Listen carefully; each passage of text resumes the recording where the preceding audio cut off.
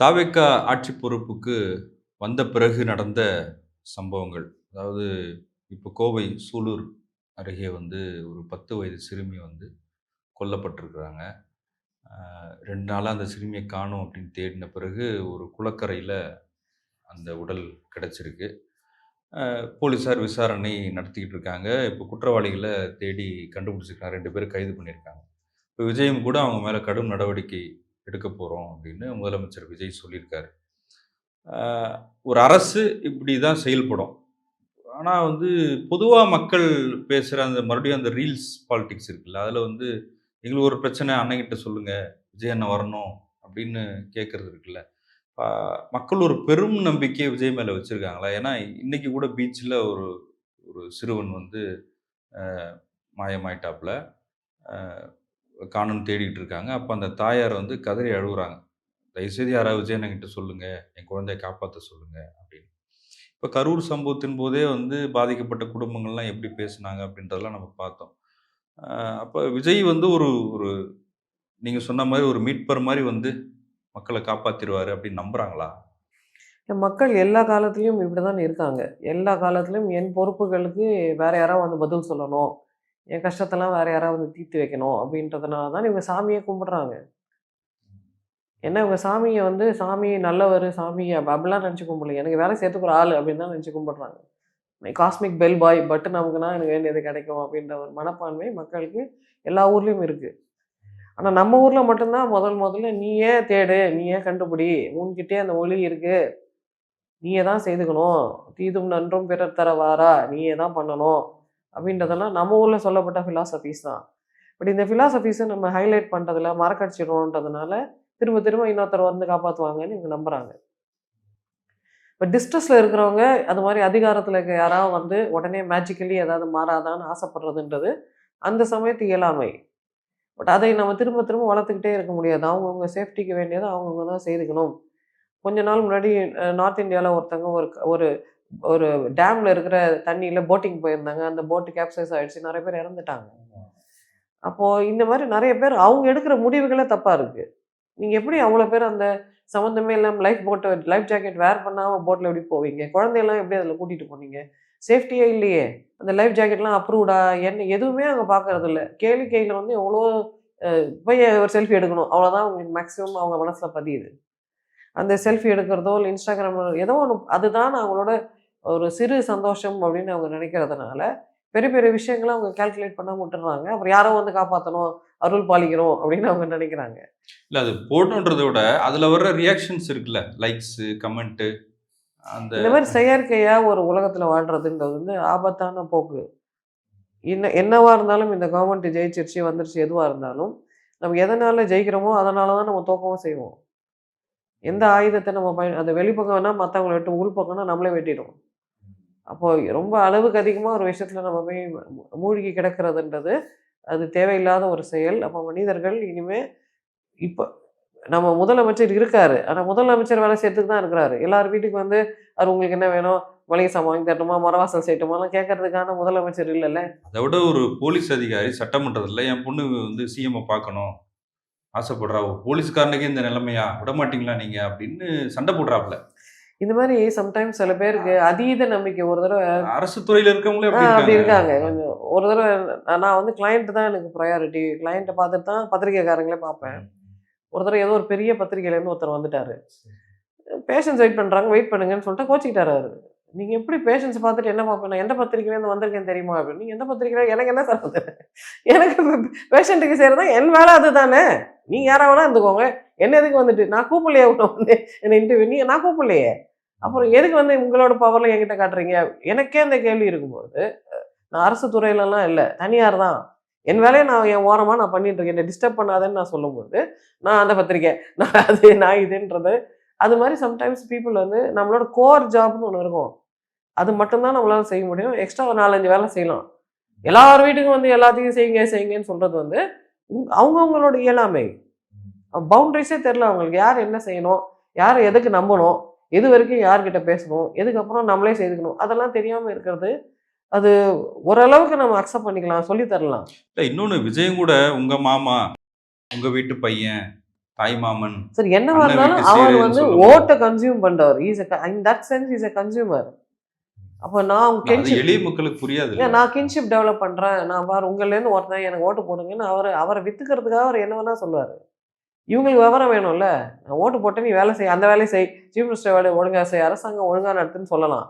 எனக்கு எல்லாத்துக்கும் நீ வந்து எனக்கு உபகாரம் பண்ணு. வீட்டுல கூடவே இருந்து வேலை செய்து குடு அப்படின்னு அவங்க அடியாள் மாரி வச்சுக்க முடியாதுல்ல. இல்ல, அடி ஆனா இப்ப அந்த மக்கள் ரொம்ப எளிமையா யோசிக்கிறவங்க தானே. இப்ப அவங்க ரீல்ஸ் இல்ல எடுக்கும்போது, நீங்க நீங்க வீடியோ ஒரு ஒரு எடுக்கும்போது விஷயம் சார். மக்கள் எளிமையா யோசிச்சுட்டே இருக்கக்கூடாதுல்ல. நீங்க வந்து கற்காலத்துல இல்ல. கல் இல்ல, தோன்றி அத மண் தோன்ற பயன்படுத்திக்கிட்டார்ல ஒருத்தரு. அவர் பயன்படுத்தினது இருக்கட்டும் சார். அவர் பயன்படுத்தினது உண்மைதான். பயன்படுத்தி இருக்கிறாரு. அந்த அளவுக்கு நம்ம சூழ்நிலை வீட்ல இருக்கிற குட்டி பசங்ககிட்ட சொல்லு சொல்லு, விஜய் மாமா சொல்லு, விஜய் மாமா சொல்லு, டிவிக்கே சொல்லுன்ற ரீல்ஸ் தான் அதிகமா வந்து இல்ல அந்த ரீல்ஸ் சொன்னாங்க. போட்ட பெற்றோர பத்தி நீங்க என்ன நினைக்கிறீங்க? அது நம்ம பேசவே இல்ல பாருங்க. குழந்தைகிட்ட போய் இப்ப குழந்தை வந்து விஜய் மாமாக்கு ஓட்டு போடுன்னு சொல்றது குழந்தையே வீடியோ எடுக்குமா? அடல்ட் தானே வீடியோ எடுத்தாங்க. ஆமா. அப்ப what does it say about that இல்ல, அடல்ட்? குழந்தைக்கு இருக்கிற ரசிகத்தன்மைய பெற்றோர் ரசிக்கிறாங்க. அப்ப பெற்றோர் வந்து பெற்றோரோட கடமையே செய்யல பாருங்க. நீங்க என்ன பண்ணிட்டு இருக்கீங்க? வீடியோ எடுத்து போடுறது தான் பெற்றோரோட வேலையா? பெற்றோர் என்ன சொல்லி தரணும் குழந்தைக்கு? எலெக்ஷன்னா என்ன? அரசியல் தலைவர்னா எப்படி அததானே சொல்லி தரணும்.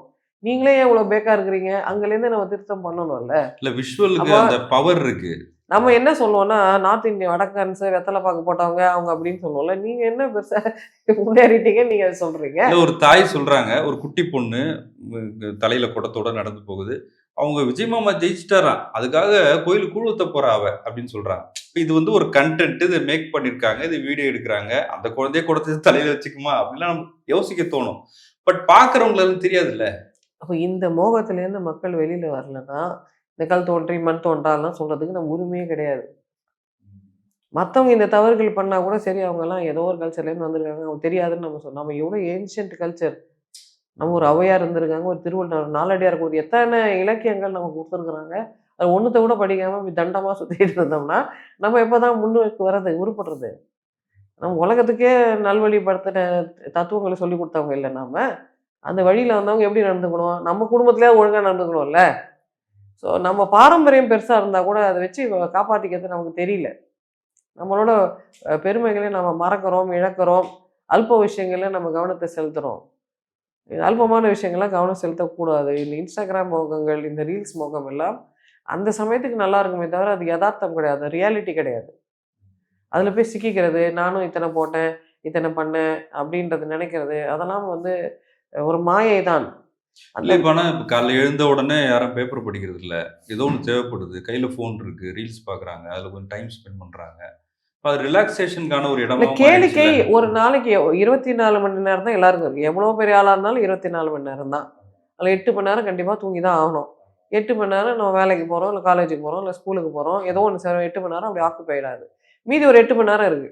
அந்த 8 மணி நேரத்துல குளிக்கணும், சாப்பிடணும், பல் தேய்க்கணும், பேசணும், நியூஸ் பேப்பர் படிக்கணும், டிவி பார்க்கணும், தன்னை சுய முன்னேற்றத்துக்கு ஏதாவது டைம் ஸ்பெண்ட் பண்ணணும். இதுல எவ்வளோ டைம் நம்ம ஆன்லைன்ல இருக்கலாம்? ஒரு 1/2 மணி நேரம் இருக்கலாம். மேக்ஸிமம் ஒரு மொத்த சினிமாவே பார்த்தீங்கன்னா 2 மணி நேரம் இருக்கலாம். 24 எல்லாத்தையும் விட்டுட்டு நான் இத மட்டும் பார்த்துட்டு இருப்பேன்னு சொல்றது வந்து, அடிப்படை வாழ்வியலுக்கே ஆபத்தானது இல்ல. இல்ல, நீங்க வந்து பார்வையாளர்கள் சொல்றீங்க. இப்ப கன்டென்ட் கிரியேட்டர்ஸ் என்ன சொல்றீங்க அப்ப? அவங்க இன்னும் மெஜாரிட்டியா இருக்காங்கல்ல. கன்டென்ட் கிரியேட்டர்ஸ் வந்து புதுசா ஒண்ணு செய்றதுல, நான் இவ்வளோ புத்திசாலி, என் கிரியேட்டிவிட்டிய பாரு, என் ஐடியா எவ்வளோ சூப்பரா இருக்குன்னு, அந்த ஐடியா மோகத்துல அவங்க போய் மாட்டிக்கிறாங்க. இப்படி எல்லாத்துக்கும் ஒரு அளவு தானே. இயற்கை வந்து ரொம்ப கொடூரமானது. இயற்கை அழகா இருக்கிறத தான் அவங்க பார்த்துருக்காங்க. எவ்வளோ கொடூரமா இருக்குன்றதே அவங்களுக்கு தெரியல. அப்ப இயற்கையோட இந்த இன்னொரு முகத்தையும் கொஞ்சம் கவனத்துல வச்சுக்கணும் நம்ம. சில விஷயங்கள் அது அது அததோட அளவுல அது அது அந்தந்த அளவுல இருந்தா தான் அது அதுக்கு மரியாதை. இல்ல, சில விஷயங்கள ரசிக்கும்படியா இருக்கு. சில பேர் டேலண்ட்ஸ் வெளிப்படுது. இல்ல அதுவும் ரசனை நடக்குதுல்ல கூட எல்லாமே. எதுக்கு சார் இவ்ளோ விழுந்து கிடக்கணும் ரசனையில நம்ம? நெறைய மதங்கள் ஏன் இசைய ஹராம்னு சொல்லுது? இசை நல்லது தானே. ஹீலிங் பவர் இருக்கு நம்மோட பேசியிருக்கோம். ஆனா ஏன் ஹராம்னு சொல்றாங்க அவங்க? அது உன்னை நிஜ வாழ்க்கையிலேருந்து வெளியில கொண்டு போயிடும்.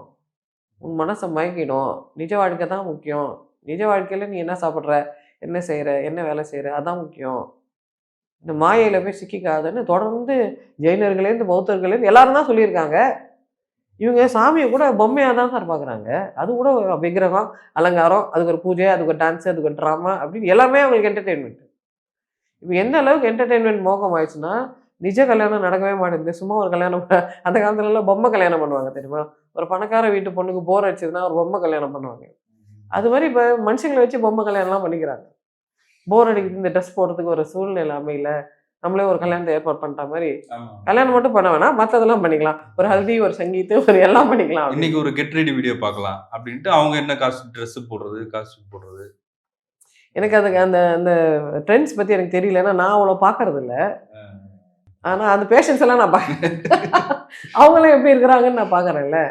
அப்போ திரும்ப அவங்கள வந்து இயல்பு வாழ்க்கையை கொண்டு வருதுன்ற பெரும் இல்ல முயற்சி. அது பெருசா ஒண்ணும் இல்ல. பழைய விகடன் அந்த கணவன் மனைவி காமெடி இதெல்லாம் இப்போ விஷுவலா பண்றாங்க அவ்வளவுதான். இப்போ இந்த ஃபோன் வந்ததுனால அவங்களோட அந்த காலத்து லேடிஸ் கோலம் போட்டிருப்பாங்களா இருக்கும், இல்லை விதவிதமாக சமைச்சு அவங்க கிரியேட்டிவிட்டி, அவங்களோட புத்திசாலித்தனத்தை காட்டியிருப்பாங்க. இப்போ வீடியோ போட்டு அவங்க புத்திசாலித்தனத்தை காட்டுறாங்க. இப்போ இப்போ இருக்கிற பெண்கள்லாம் பெரிய பெரிய கோலம் போட்டு அவங்களோட கற்பனை திறனை, அவங்களோட ஹேண்ட் ஐ கோஆர்டினேஷனை நிரூபிக்கிறது இல்லைல்ல. அதுக்கெல்லாம் ஒரு வேல்யூ இல்லைன்னு தெரிஞ்ச மாதிரி போக போக இந்த வீடியோ போடுறதையும் அவங்க நிறுத்திப்பாங்கன்னு தான் நான் எதிர்பார்க்குறேன். அந்த ஞானம் கூடி சீக்கிரம் வரட்டும். எங்களுக்கு எவ்வளவு ஃபாலோவர்ஸ் தெரியுமா அப்படின்றத ஒரு பெருமையான விஷயமா நினைக்கிறேன். இதுதான் இது செருக்கு இருக்குல்ல, இது வந்து இதை நாங்கள் வன்மையாக ஆட்சேபிக்கிறோம். இது இருக்க வேண்டியதில்லை. சின்ன குழந்தைங்களுக்கு அதை சொல்லித்தராங்க. சின்ன குழந்தைகள் ஃபஸ்ட்லேருந்தே எனக்கு எத்தனை ஃபாலோவர்ஸ், எனக்கு கொஞ்சோண்டு தான், எனக்கு சப்ஸ்கிரைபரே வரல, எனக்கு லைக்கே வரலன்னு குழந்தைங்க ஃபீல் பண்ணுறாங்க. இந்த டாக்ஸிசிட்டியை அந்த குழந்தை வரைக்கும் கொண்டு போவீங்க. நிறைய வீடுகளில் குழந்தைகளை வீடியோக்கு பயன்படுத்துறதே நாங்கள் அதை ரொம்ப வன்மையாக ஆட்சேபிக்கிறோம். சைல்டு ரைட்ஸ் பற்றி பேசுகிற நிறுவனங்கள் அதை பற்றி பேசணும். குழந்தை கன்சென்ட் கொடுக்காதுல்ல, அதை வீடியோவில் போட்டுருவாங்க. ஏன்னா குழந்தை கண்டென்ட்னா எல்லாரும் பார்க்குறாங்கன்றதுனால அந்த குழந்தையோட வீடியோவை அம்மா அப்பாவே அந்த குழந்தை அடிக்கிற மாதிரி, திட்டுற மாதிரி, அந்த மாதிரிலாம் வீடியோ போடுறாங்க. எப்படியும் நீங்கள் குழந்தையோட வீடியோ போடக்கூடாது, குழந்தைங்கள இதில் இன்வால்வ் பண்ணக்கூடாது. இப்படி ஒரு உலகம் இருக்குன்னு குழந்தைகள் காட்டாதீங்க. ஏன்னா இது நிஜம் கிடையாது. இதனால் அவங்களுக்கு எவ்வளோ மன கஷ்டம் ஏற்படுதுன்றதை நாங்கள் தான் பார்க்குறோம். அதை நிவர்த்தி பண்ணதுக்கு எவ்வளோ மெனக்கிட வேண்டியது இருக்குன்னு எங்களுக்கு தான் தெரியுது. உடச்சி கொண்டு வந்து என்கிட்ட கொடுக்காதீங்க, நல்லா இருக்கும் போதே அதை நல்லா வச்சுக்கோங்கன்னு சொல்லுவோம்.